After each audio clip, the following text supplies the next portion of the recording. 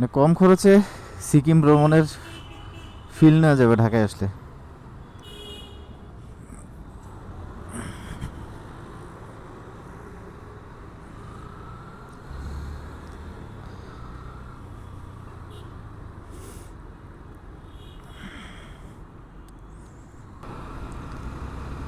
Hey everyone, welcome to Dhaka বলবো না সিকিম বলবো সেটাই বুঝতেছি না। যে পরিমাণ ঠান্ডা, মানে স্বল্প খরচে ঢাকায় এসে যদি ঘুরে যান তাহলে সিকিমের ফিল পাবেন, এমনটাই মনে হচ্ছে। যারা বাসায় কম্বলের নিচে আছেন তারা আসলে বুঝতে পারবেন না আজকে কি পরিমাণ যে ঠান্ডা। ও নো!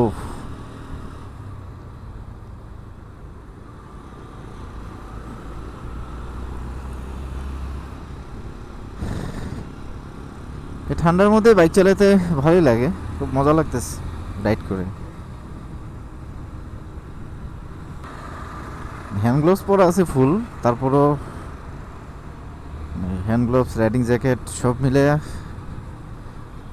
শীত অনেকটা, শীতের প্রোটেকশন নেয় আছে, কিন্তু হেলমেটের যে ভেন্টিলেশনগুলো আছে, ভেন্টিলেশন দিয়ে বাতাস ঢুকতেছে হুড় হুড় করে, আর পায়ে ঠান্ডা লাগতেছে।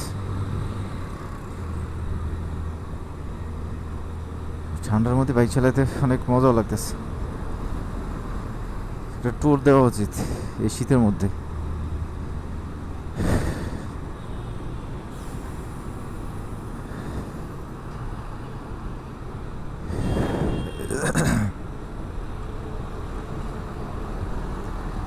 সকালবেলা থেকে অনেক গাড়ির চাপ একটা তেমন নাই, খুব কম।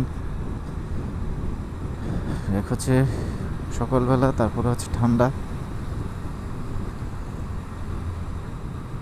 যারা বাসায় আছে, কম্বলের নিচে আছে, এরা খুব আরামে আছে, লেপ মোড়া দিয়ে, কম্বল মোড়া দিয়ে শুয়ে আছেন। ও শান্তি! যারা আমার মতো বাইরে বের হয়েছেন এরা টের পাইতেছে আর ঠান্ডা কি জিনিস। কয়েকদিনের আগে এক ভাই বলতেছে যে এবার শীত তো পড়তেছে না, শীত কি এমনটাই থাকবে নাকি? ও ভাইকে উদ্দেশ্য করে ডেডিকেশন করে বলতেছে, ভাই শীত তো পুরো সিকিম বানা গেছে। বলছে ঢাকায় আছি না সিকিমে আছি সেটাই তো বুঝতেছি না। আর যদি বরফ পড়তো, কুয়াশা বা ওরকম কুয়াশা থাকতো, তাহলে মনে হচ্ছে যে কাশ্মীর টাশ্মীর ওরকম একটা ফিল আসতো।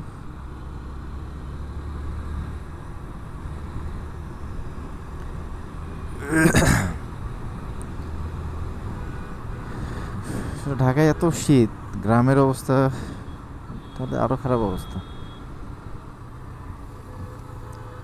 গ্রামের দিকে তো ঠান্ডা আরও বেশি, আর বিশেষ করে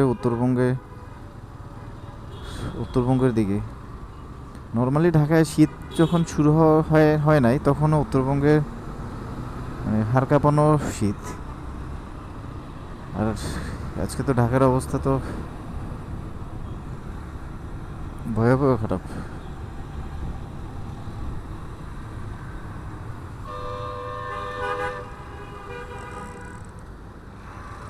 কিরে ভাই, এরা তো কখন কোন দিকে যাবে সেটাই তো বুঝতেছি না।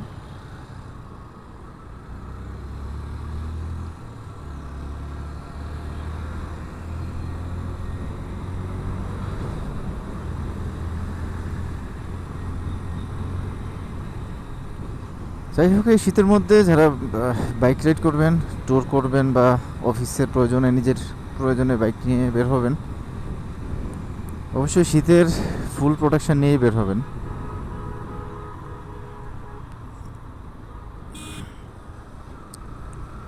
আমার কাছে শীতের যত জ্যাকেট পরি আর যাই পরি, সবচেয়ে বেস্ট সলিউশন হচ্ছে রেইনকোট। রেইনকোট পরলে বাতাস ঢুকবে না। আপনি নর্মালি রাইডিং জ্যাকেট পরেন আর যাই পরেন, তার শীতের যত জ্যাকেট আছে, তো যদি আপনি রাইডিং জ্যাকেটের উপরে রেইনকোটটা পরেন, রেইনকোট পরলে একদম ফুল কাভার। যেটা বুঝলাম, এই শীতে রেইনকোটের উপরে কোনো বিকল্প নাই। রেইনকোট এমন একটা জিনিস, শীত বর্ষায় দুই সময় সবসময় কাজে লাগে। আমি চিন্তা করছি এরপরে ভোরবেলায় বের হলে রেনকোটটা নিয়ে বেরোবো, রেনকোট পরে বেরোবো। এই শীতের মধ্যে জ্যাকেটের কাজ মানে কাজে দিচ্ছে না।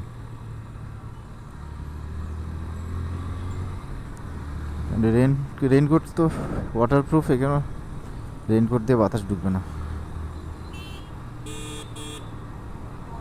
রেনকোট দিয়ে বাতাস ঢোকার কোনো চান্সেস নেই, সুতরাং এই শীতের মধ্যে বেস্ট সলিউশন হচ্ছে রেনকোট। দিক দিয়ে বের হয়ে এখন আমি ঢুকবো 300 ফিটের রোডে। ওরে বাবা, 300 ফিটের রোডে নর্মালি ঠান্ডা থাকে, আর এখন তো আরও বেশি ঠান্ডা থাকবে। 300 ফিটের দিকে ঢুকবো।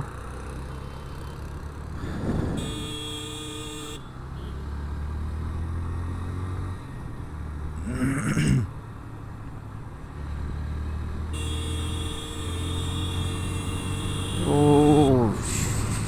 শিট শিট শিট শিট,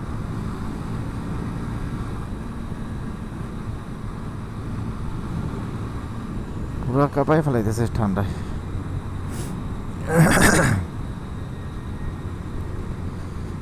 ভিডিওটা এখানেই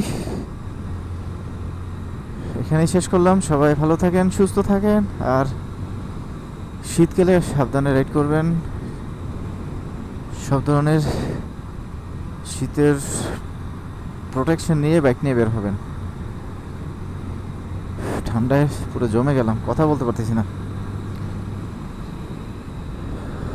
ওকে, আল্লাহ হাফিজ, আসসালামু আলাইকুম।